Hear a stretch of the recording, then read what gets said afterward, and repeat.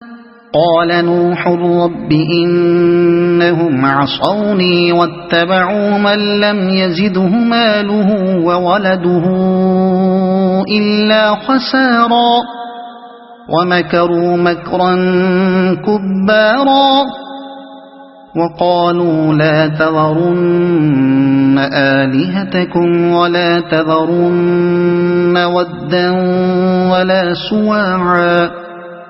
ولا سواعا ولا يغوث ويعوق ونسرا وقد أضلوا كثيرا ولا تزد الظالمين إلا ضلالا۔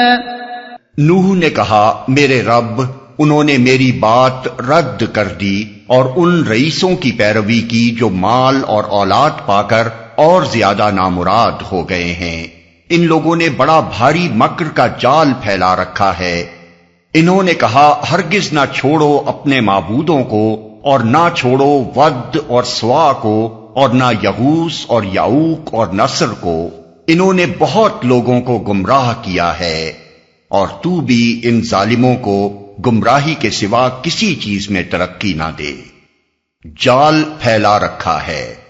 مکر سے مراد ان سرداروں اور پیشواؤں کے وہ فریب ہیں جن سے وہ اپنی قوم کے عوام کو حضرت نوح علیہ السلام کی تعلیمات کے خلاف بہکانے کی کوشش کرتے تھے۔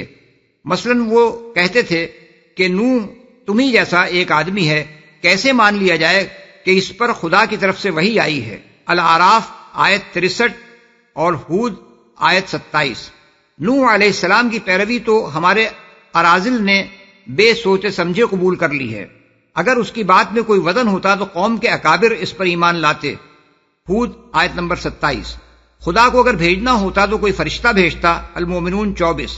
اگر یہ شخص خدا کا بھیجا ہوا ہوتا تو اس کے پاس خزانے ہوتے، اس کو علم غیب حاصل ہوتا اور یہ فرشتوں کی طرح تمام انسانی حاجات سے بے نیاز ہوتا۔ ہود 31۔ نوح اور اس کے پیرووں میں آخر کون سی کرامت نظر آتی ہے جس کی بنا پر ان کی فضیلت مان لی جائے؟ ہود 27۔ یہ شخص دراصل تم پر اپنی سرداری جمانا چاہتا ہے۔ المومنون 24۔ اس شخص پر کسی جن کا سایہ ہے جس نے اسے دیوانہ بنا دیا ہے۔ المومنون 25۔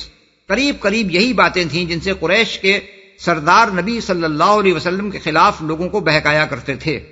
ود، سوا، یغوث، یعوق اور نصر۔ قوم نوح کے معبودوں میں سے یہاں ان معبودوں کے نام لیے گئے ہیں جنہیں بعد میں اہل عرب نے بھی پوجنا شروع کر دیا تھا، اور آغاز اسلام کے وقت عرب میں جگہ جگہ ان کے مندر بنے ہوئے تھے۔ بعید نہیں کہ طوفان میں جو لوگ بچ گئے تھے ان کی زبان سے بعد کی نسلوں نے قوم نوح کے قدیم معبودوں کا ذکر سنا ہوگا، اور جب از سر نو ان کی اولاد میں جاہلیت پھیلی ہوگی تو انہی معبودوں کے بت بنا کر انہوں نے پھر انہیں پوجنا شروع کر دیا ہوگا۔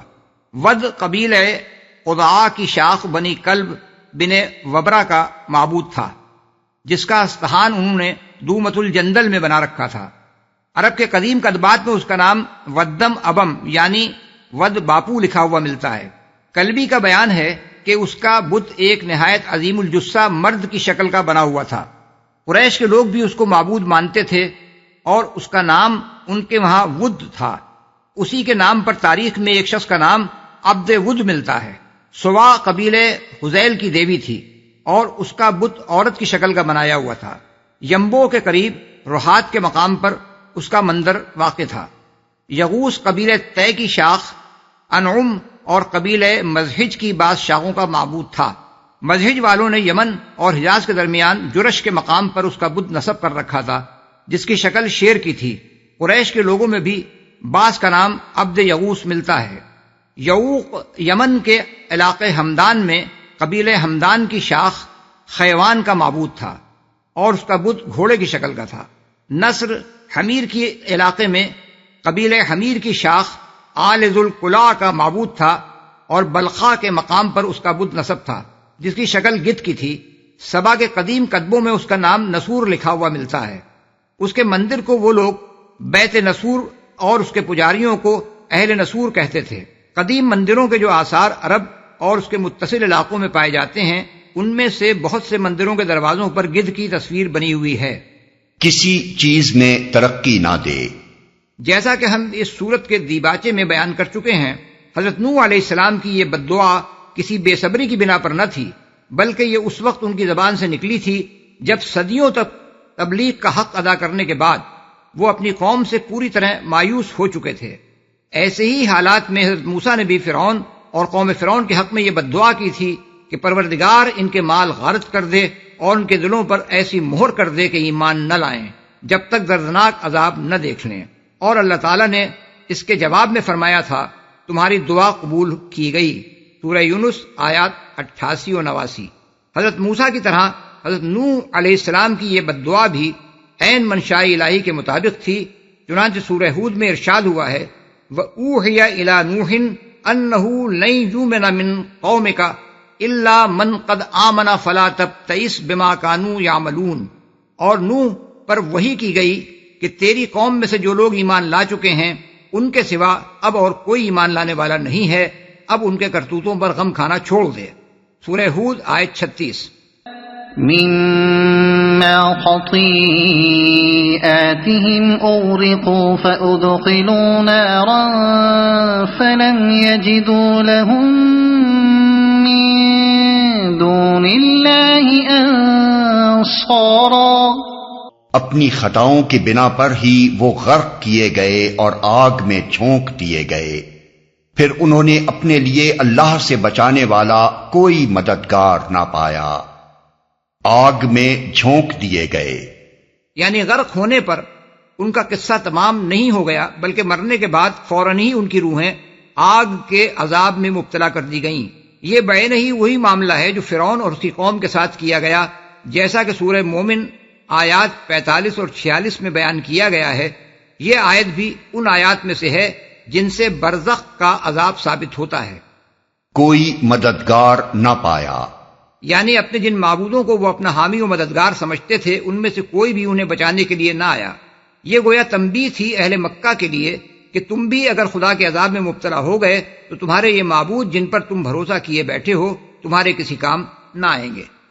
وقال نوح رب لا تذر على الأرض من الكافرين ديارا إنك إن تذرهم يضلوا عبادك ولا يلدوا إلا فاجرا كفارا رب اغفر لي ولوالدي ولمن دخل بيتي مؤمنا وللمؤمنين والمؤمنات ولا تزد الظالمين إلا تبارا۔